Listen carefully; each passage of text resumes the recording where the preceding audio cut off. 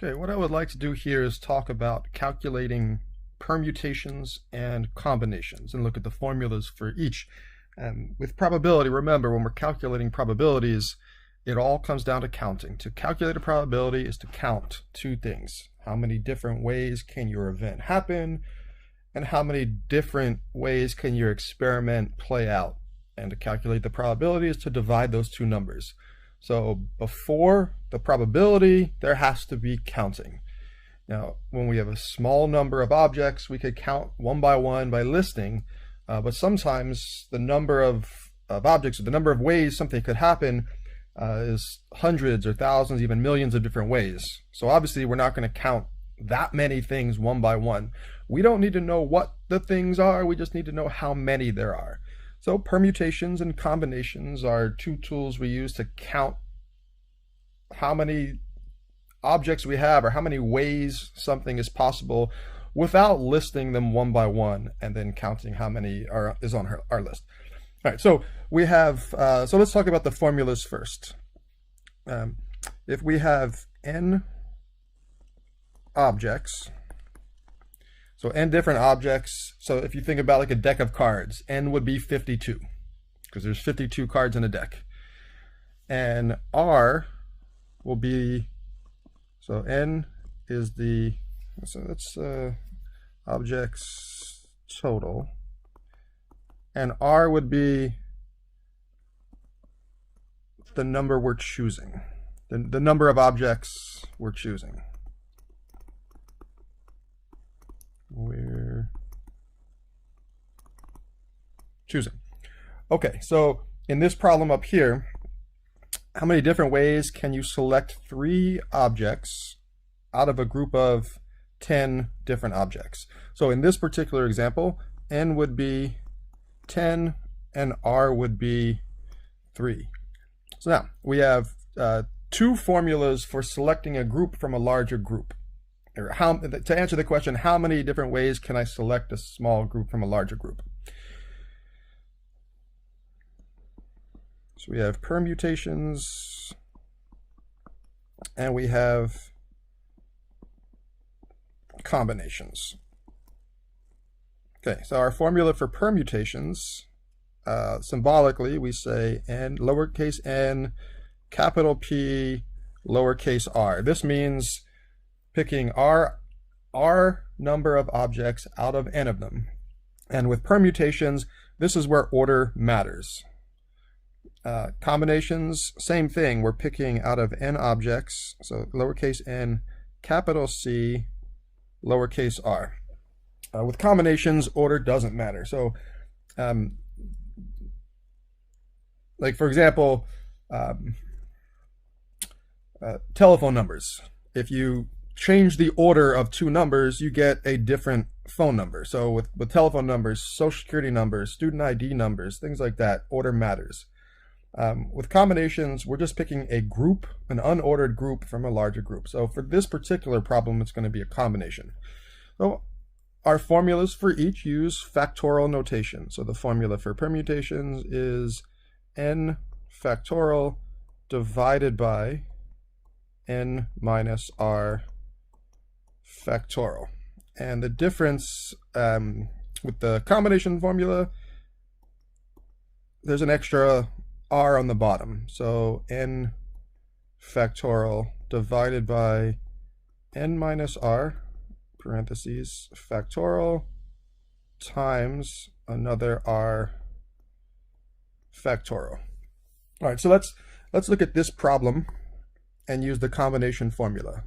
So how many ways can we pick 3 out of 10? So that would be 10 combination 3, which according to the formula is 10 factorial divided by 10 minus 3 factorial times another 3 factorial. All right, so let's work this out.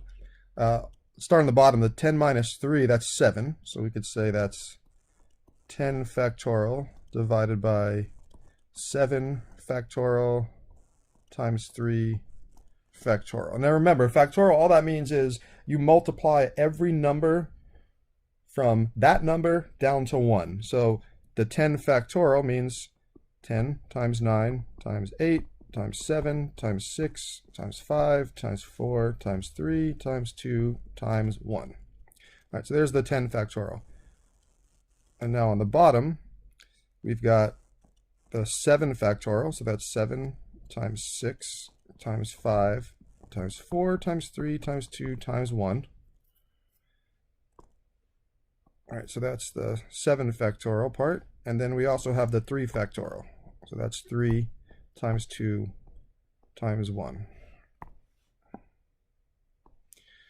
All right, well now this is a fraction, and we have some numbers, some common numbers top and bottom that could cancel. So actually right here, we have the numbers 1 through 7 on the bottom, and they'll cancel off the numbers 1 through 7 on top.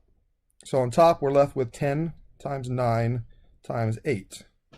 And 9 times 8 is 72, times another 10. So on top, we've got, let's see, on top, we've got 720.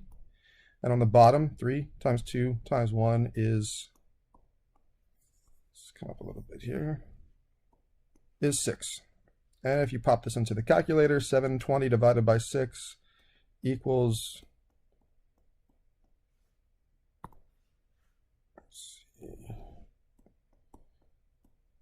equals 120.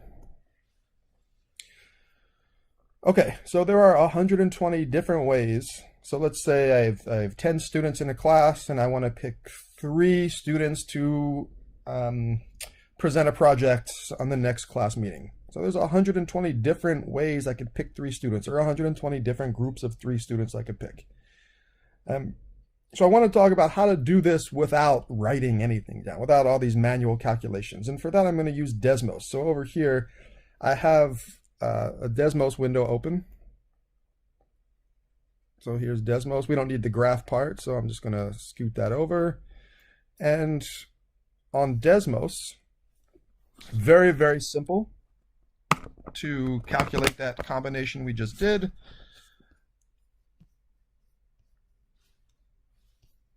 So over here, we're calculating 10, combination 3.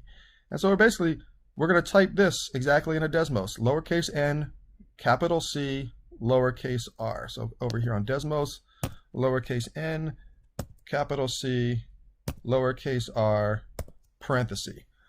And now in the parenthesis, you're going to type in the 2 numbers, the 10 and the 3. So when you type in lowercase n, capital C, lowercase r, Desmos knows that you mean the combination formula. So Desmos is going to do all of these calculations for you.